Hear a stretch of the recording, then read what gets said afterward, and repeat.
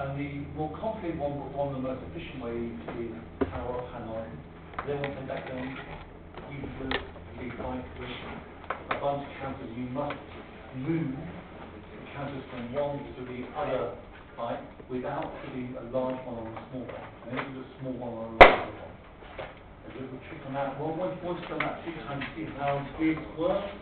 It's a very efficient way, but also a very complicated way of doing backup.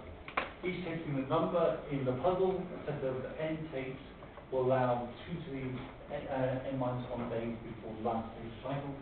3 tapes, 7 days, 5 tapes, 31 tapes a day. So 10 tapes, you get a lot of days. It is complicated and you have to know what you're doing. It's a very efficient way. Nowadays, we're not really concerned about tape. Now, when I started off, you used to have this big round thing with tape, put it in, have a nice suction, and you have to turn the other wheel, and that's the tape back up, right? Most of you will only ever see those in films, okay? I used to do that for real. But we are really concerned, but we do want an efficient way of doing that, and that's quite nice. So that was the end of last week's notes. So just make sure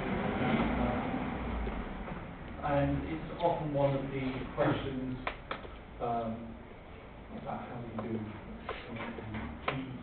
effective backup. So that's often a question. So that was just following up from last week. What's going to happen this week is we're going to look at forensics today. And again on Thursday. So on Thursday, what I will do is get 2 of my PhD students, they've been doing forensics for a while, now just doing a PhD, okay, to come and give you a talk about their PhD on what they're doing within forensics. Right, so, but there are loads and loads of text on this, loads of stuff on the web, the internet is a good source of material to know that out.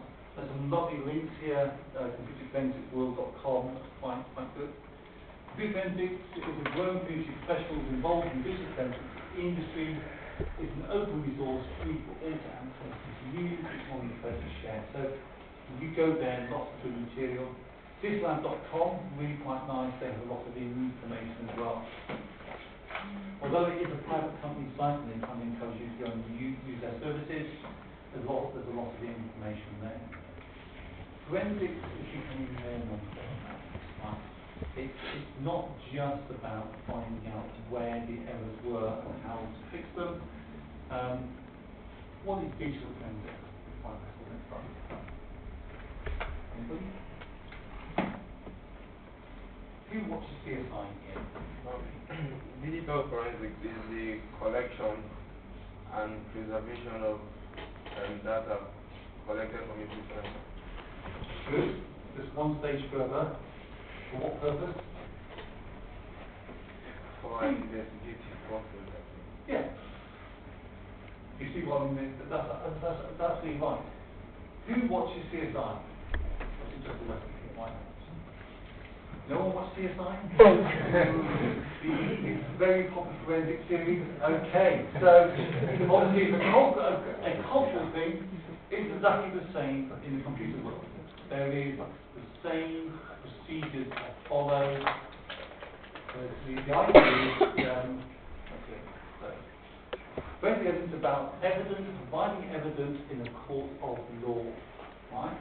That's what it focuses in the court of law, right? You're not doing it just for yourself, you're doing it so this will stand up in court of law. It's as much about procedure and processes about techniques. There are many clever techniques to be used, but it's about procedures and processes. It's a relatively new discipline. So there's it's so important you get this right if you ever want to prosecute someone. Why care? Inadvertent porn is one of his illegal activities. They're using your server for something to find out. They're using your company. You need to take action against malicious third parties. You may not want to, but you may be involved. You will know what to do in the right circumstances. So, the forensics is now indicative, been around for a long time, pertains to concerns with or used in courts of law suitable or analogous to pleading in court. Actually, Oxford Dictionary in an English dictionary was in first use in 1659. So forensics is not a new idea, right? It's definitely not a new idea. Computer forensics, first used in the journal in 1966, should be forensic computing group. So this is not brand new. We're only 20 years on. Most companies haven't got a clue. They sort of panic when these things happen. And yeah, they haven't got a clue what to do. And the police get very, very frustrated because people don't just preserve the evidence in the right way that they can actually then use. So, so if you watch all these legal programs on TV, it's exactly the same. So, in that case, it's the application of scientific knowledge about computers to legal problems. So, quote from McClinish in 1999, the process of identifying, which is the report, preserving, which you said, analysing and presenting visual evidence in a manner that is legally acceptable. And that legally acceptable is the clue, so whatever jurisdiction you're in, okay? So, you can't apply the same rules we apply in Britain if the attack took place in Mexico, for example. Right? You've got to apply the legal framework that applies there. And the problem, of course, is that nowadays with globalization, the attack may come from anywhere. So you've got the difficulty of different jurisdictions as well. Never mind, as I said last week, coming up to that, the problem of cloud computing and getting the different owners and third parties involved there. So there's computer forensics and there's network forensics. Normally, to be involved in security nowadays, you have to understand networks. Okay. There's a lot you can do in the security field without understanding networks. You don't have to be a network or penetration tester to work in the security field. But understanding networks really helps. There's real-time forensics. By that we mean now intrusion detection systems and reconstruction where post-facto we try and work out what actually went wrong to do that way. We'll focus on the post-facto forensics rather than the real-time intrusion detection. We still need to know, did a crime occur? If so, what occurred? So you've done the event management, you've looked at the event, you said, yes, this is an attack, you dealt with the attack, you calmed down, you've done lessons learned, right, now where's the evidence, what's the forensics for this? So as you're dealing with an attack, you have to remember what you're doing to make sure you don't accidentally break these rules. Concerning the gathering and preserving of computer evidence for use in legal processes, so it's about discovery, it's about identification, extraction, preservation, and above all, documentation. Computer scientists tend not to like the last thing, but you have to document all of this. You have to have your policies in place beforehand, you have to follow those policies and procedures, right? So it has to be scientific. If you watch all these programs, you know what I mean about this. Result must be reliable, right? Consistent, non-arbitrary, understanding of the data. You've got to be very, very clear. You can't be any judgments involved. The evidence is acquired through efficient, secure, and documented investigation. It can't be ad hoc. It can't be, oh my goodness me, I've been attacked. Right, I better start taking. And you've got to have a procedure to follow beforehand. You can use statistical tools, but quite mandatory to document. It's not just I use X tool, it's the version, the issues, any patches on that tool that has to be really well documented. Because remember, you're going to go off in a court of law. And what do the lawyers like? In the British system, what's the thing in the British system? You can only be found guilty if there's beyond reasonable doubt. And what they're trying to do is put doubt in people's minds. If they can put doubt to the jury, the defendant will be let off. If there's any doubt. So, in our system, if you haven't got a documented procedure, and you didn't follow that documented procedure, there's now doubt. Right? If there's some arbitrariness judgment involved, right, they can start questioning your judgment. They love to be doubted, and later on explain where the doubt comes in. So the tools, if you use a tool, what version it is, what patch it's at, because if they can say, oh, you use version 12 and got the patch on there, but that patch was then late, and another patch came out 6 months ago, you didn't apply that patch, there's now doubt. Right? In fact, it has no difference with that. They just put it down. So you must do this. You must follow procedures up to that. So in court, the lawyers are always trying to get doubt and say you didn't follow procedures, you didn't do the right thing. So it must be all authentic and continuous. So you have the famous chain of custody, right?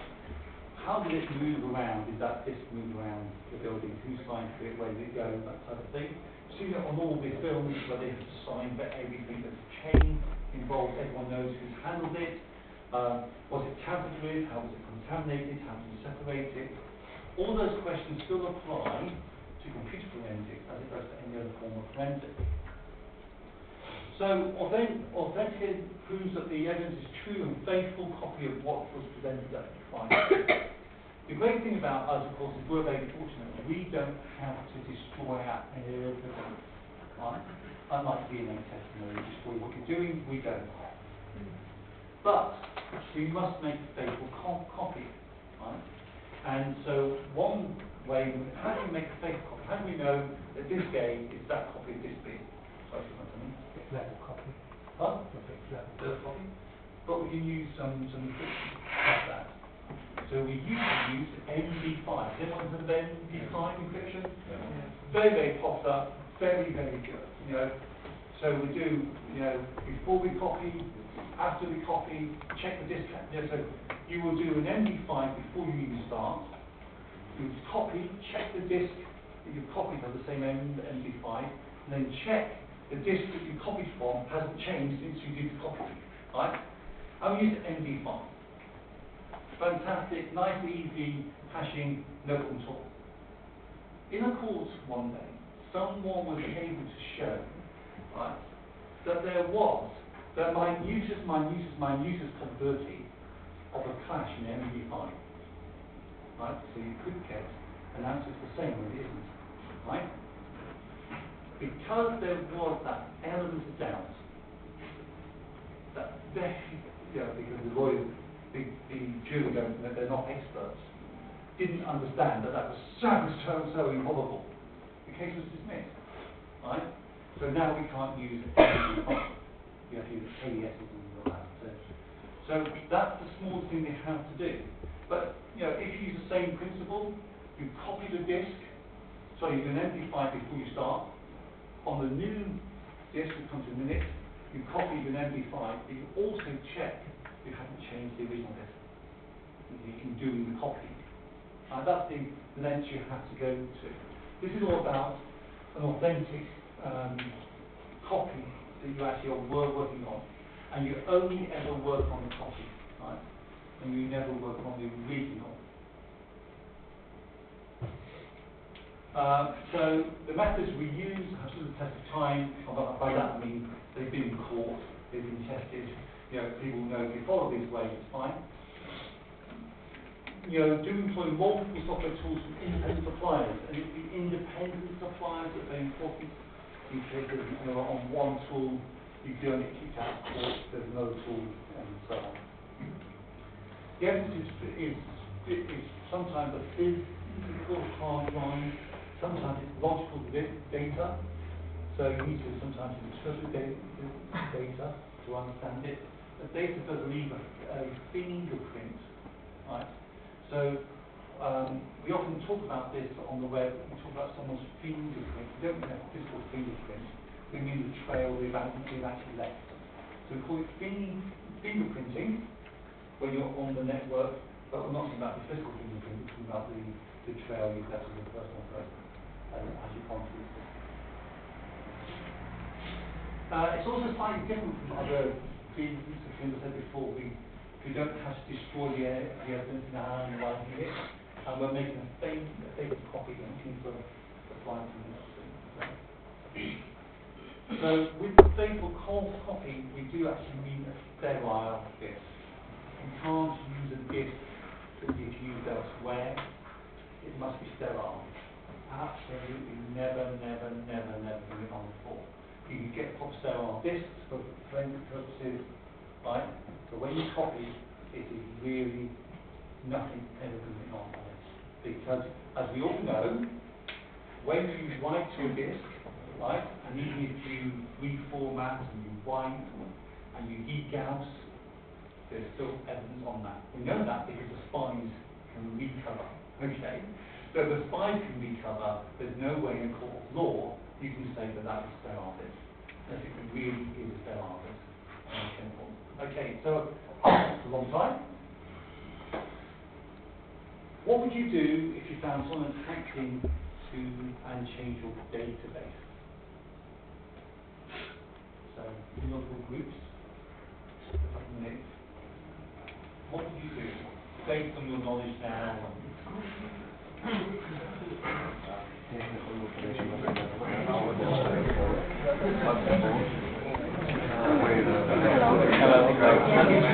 Do you want to join me?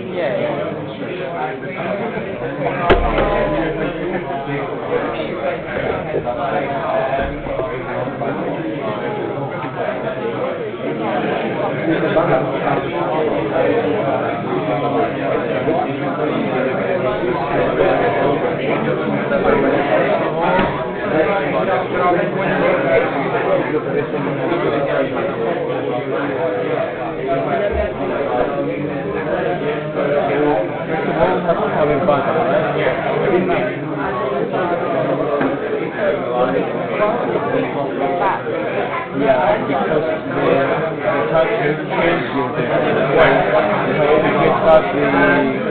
the original.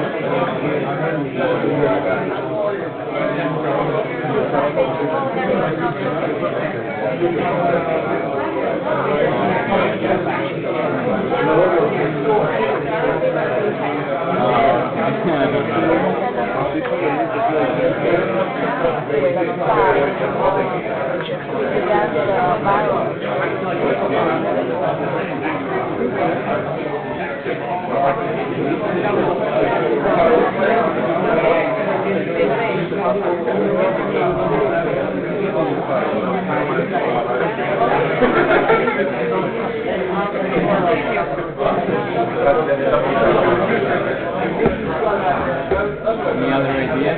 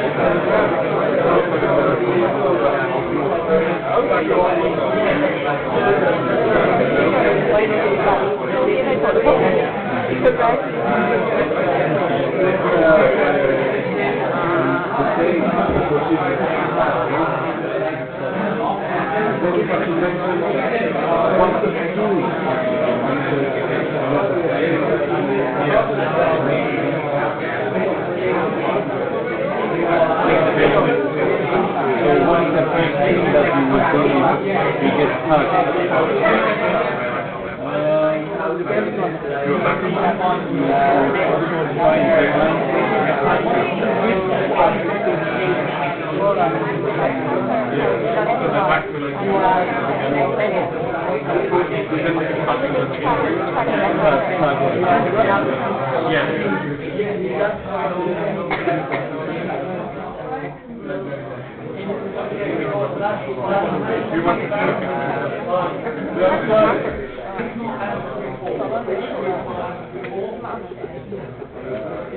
like to answer? So you have to wait a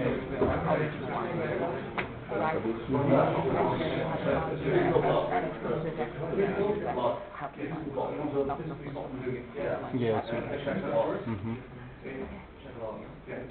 So you've got two things there, physical block and check the box, right? It may mean simply unplugging. That's by a physical block is simply, sometimes it means unplugging power. Right? Not just unplugging the network cable. Okay? You're not sure what's going on inside, right? Check the logs. If they're good, what will they do?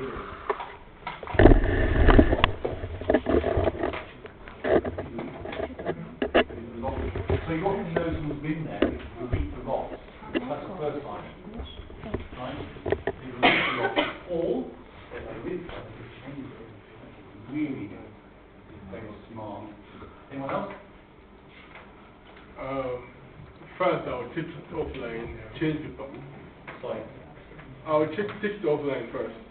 Take the One, yeah. database offline. Change the login credentials, which I feel is very essential. Yes. Analyze, upload the backup if there is. Analyze the compromise on. Excellent. So there's a very important part there. The first thing was, once you change the logon details, just in case they're using some credential that's been left over. Especially, remember, a database in a company has a shared hotline. Very often, sometimes you find a shared hotline amongst the components. We'll change that as well. And then you've got to do the procedure and analyze, and then restore. Okay, hopefully, the attack is a recent attack, and when you restore, you are putting some word back or something. But, right, anything else? You've got to take a copy of the database, so you've got a printed copy. You can go back and see. Yeah.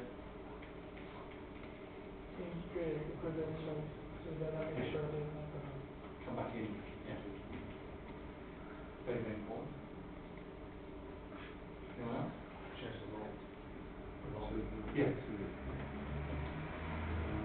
Very quiet roads. I've got you. I'll remember you next time. The point is, there's no right answer. The point is, you get thinking about what's going on, and you write answers down, which are all useful to have. Right? With this course, the exam question has not been written yet. I do not know what it's going to be. I'm trying to tell Ed that you will get on with it. They're due in 2 weeks' time. Well, week 5 is due. So that's completed. That's the moderation. So, so activities and answers. You get the procedure now. So, obviously, during the SLP call, if you email your word with a friend, it will be sometimes again, with hope. But it won't be friends with you again. Things have changed, like issues around. So, we've had an MD5 hash comparison. We've already said that we know that MD5 has been shown that there is a remote possibility.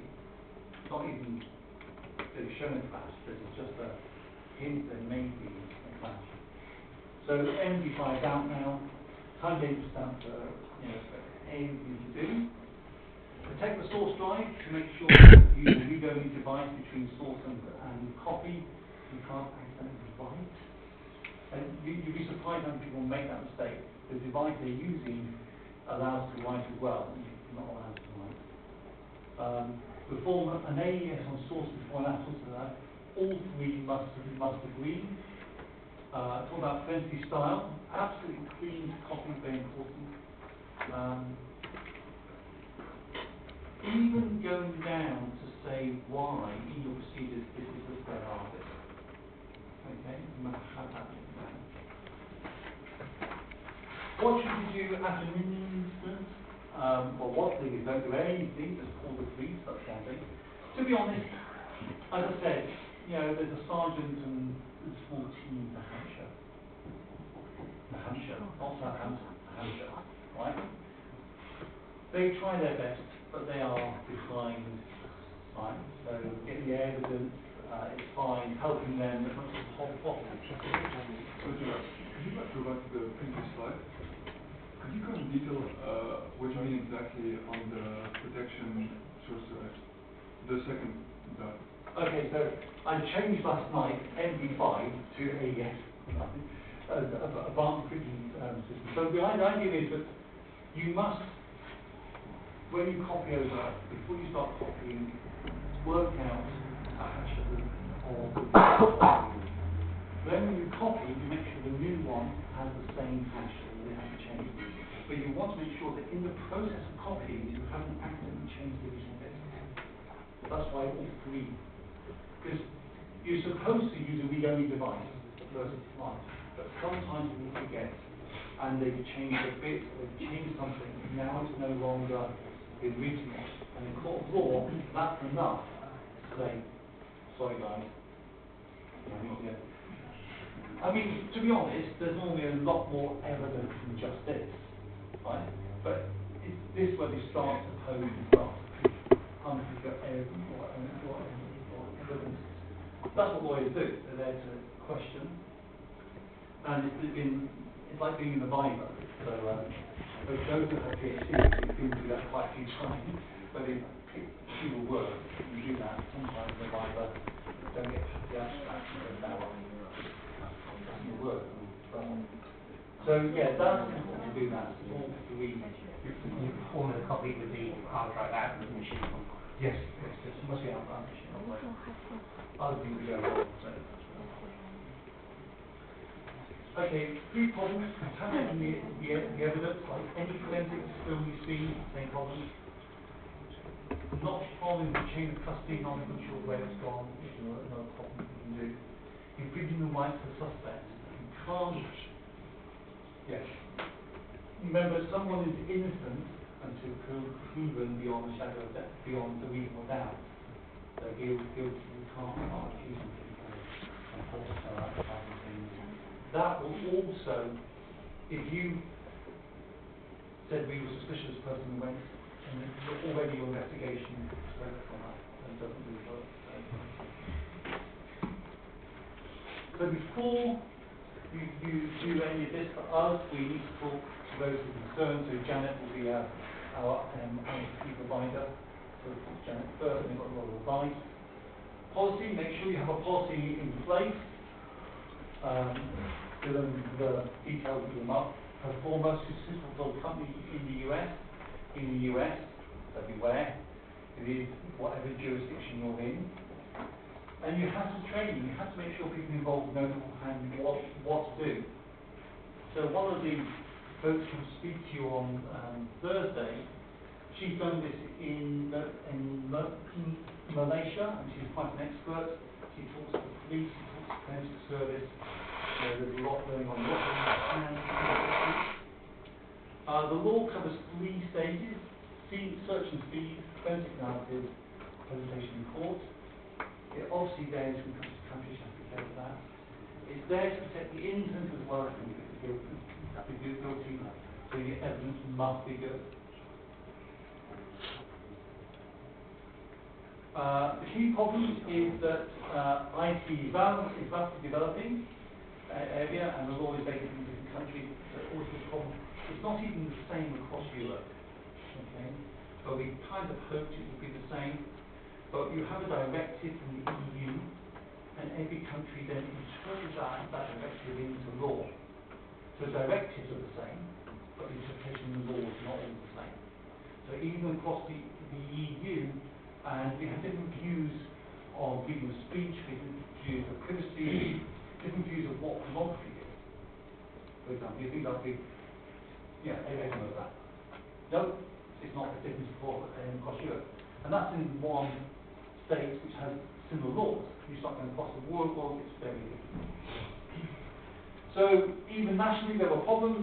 In the US before 9/11, the FBI and the CIA were not allowed to share information.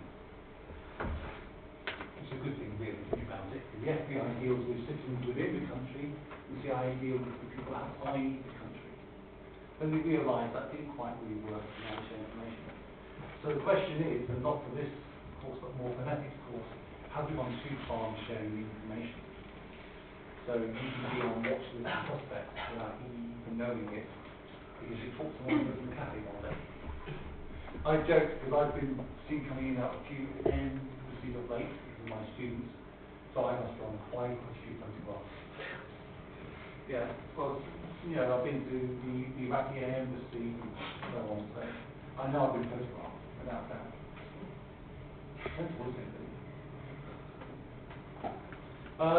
The four most important steps for computer forensics are adhere to the Association of Chief Police Officers in the UK, that's the guidelines in the UK.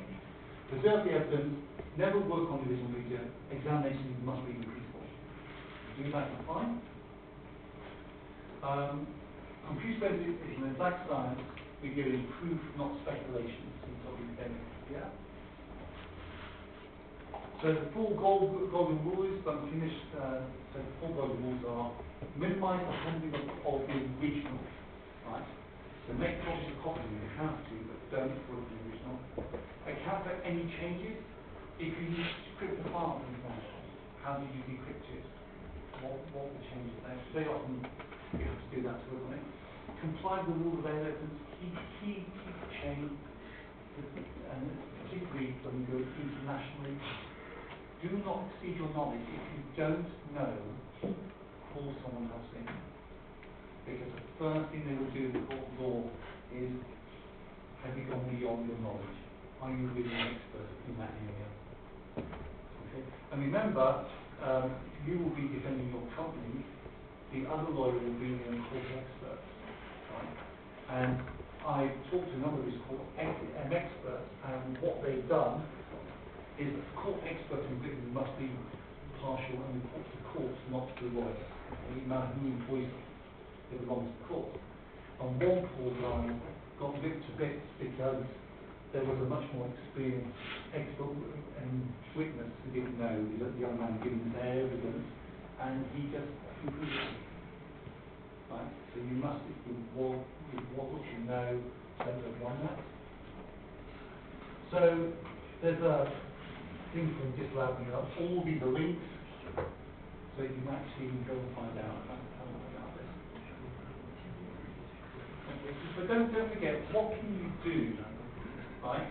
As a company, if you don't have the experts, it's not uncommon now to employ another company to come and do the forensics. Right? There are companies out there like Dislabs that will come and do it for you. Right, if you do the initial bit, unplug it, complete the network, leave it alone, they will come in, they will do the forensics for you. Right. Now, obviously for small companies that can be a little bit expensive, but they are good and there are companies out there, you don't have to have it yourself. So you don't have to be, you don't know, or you have to know what to do and disturb that within your policy.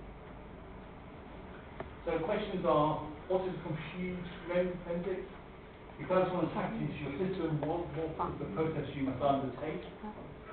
You've been asked to write a procedure for handling a suspected handling incident. That goes quite nicely last week. What's the main points including the procedure? So these are some of the things you can think about. A major energy service provider was faced with a request from the Security Exchange Commission to provide a copy of all electronic responses in the company essentially worldwide based into key points. How do you use competitive handle this? This is not unreasonable, right? A regulator could ask you to provide emails on a certain topic, right? We keep emails here for up to 2 years before our emails account. That's what we have to do. No regulatory reason for more than 2 years. So, guys, please settle. Don't include any email. Okay? Remember, emails are open letters to the world, and they will be copied today. Yeah, this is our solution. So, fine. So some things to think about. Hopefully you will never have to do this, but if you're interested, it's a growing field of security. Any questions? No? So tomorrow we're going to do risk. On Thursday we'll have something coming in to do more about the subject. Why you need a paper back, like a few months back? It was stated in the paper that if you are able to format a hard disk about 8 times, there will not be any evidence of the document in it. Is that true? No. No. Whoever said that, lying. I'm telling you, the people at DHQ who buy network can take a disk that has been formatted several times, degouged, and even smashed up, and still repeat it, and still gets information like that. So don't believe, you know, as I say now, I used to work in that field. We used to reformat, degouge, smash up, and then burn. Only way that we used to melt down. It was the only way of destroying the information on that disk. Right? There was paranoid. We could be, but it was the only way. I mean, even when we do paper, we shred it and then burn it. You know, it's the only way down to it. Because you can remember spying or whatever, or getting stuff off. You don't need to get bits of information. And it's on there. What about the electromagnetic fields on hard drives? Yes, you know, all those films go past it, he gouges them, and it clears them. It does, right, but not for deep cleansing. Not if you've got time around you. You can do it. So don't forget, I said the 3 to 15, so on, if you can regouge something, they haven't got the time to spend doing that. But please, if you think you've got sensitive information and you want to protect it, there are so many cases where people have, a company has decided to donate to charity all the old machines they've got. And people have found some amazing stuff on those old things, you know, and they just have got to wipe them, right? So here it's thinking about what happens if I make a mistake, you know, to reverse it as well. Can I just hold on to these cybersecurity MSC for 2 minutes?